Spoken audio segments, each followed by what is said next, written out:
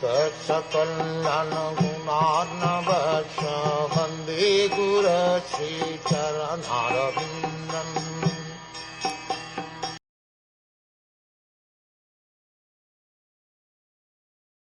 My dear mother, O daughter of Manu, a devotee who applies the science of devotional service and mystic yoga in this way can achieve the abode of the Supreme Person simply by that devotional service.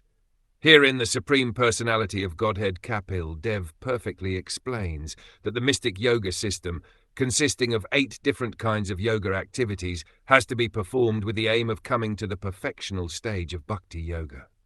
It is not acceptable for one to be satisfied simply by practicing the sitting postures and thinking himself complete. By meditation one must attain the stage of devotional service.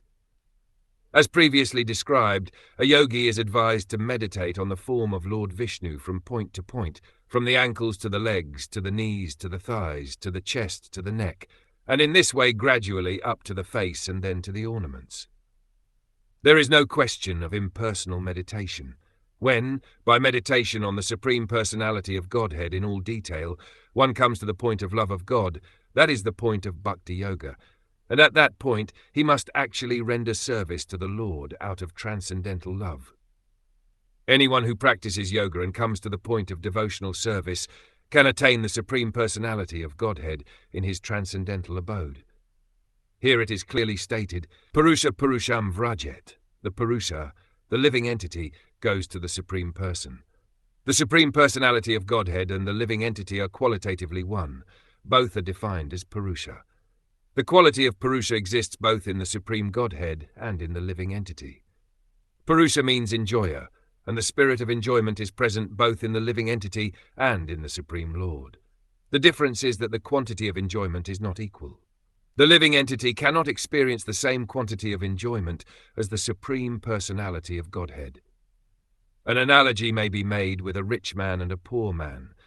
The propensity for enjoyment is present in both, but the poor man cannot enjoy in the same quantity as the rich man.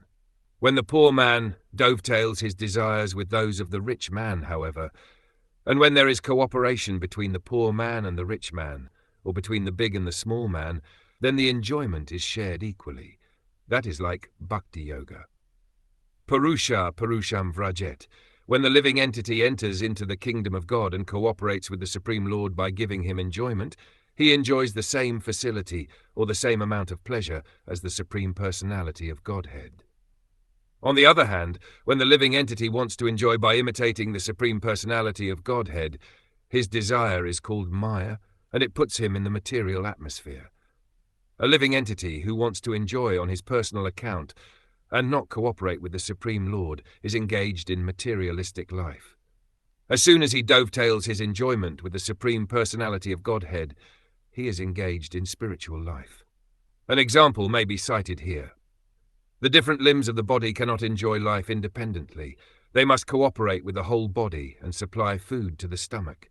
In so doing, all the different parts of the body enjoy equally in cooperation with the whole body.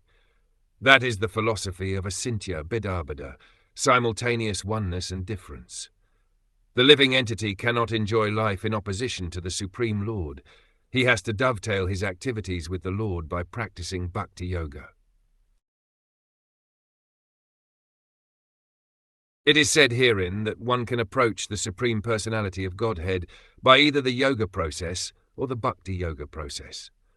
This indicates that factually there is no difference between yoga and bhakti yoga because the target of both is Vishnu. In the modern age, however, a yoga process has been manufactured which aims at something void and impersonal. Actually, yoga means meditation on the form of Lord Vishnu.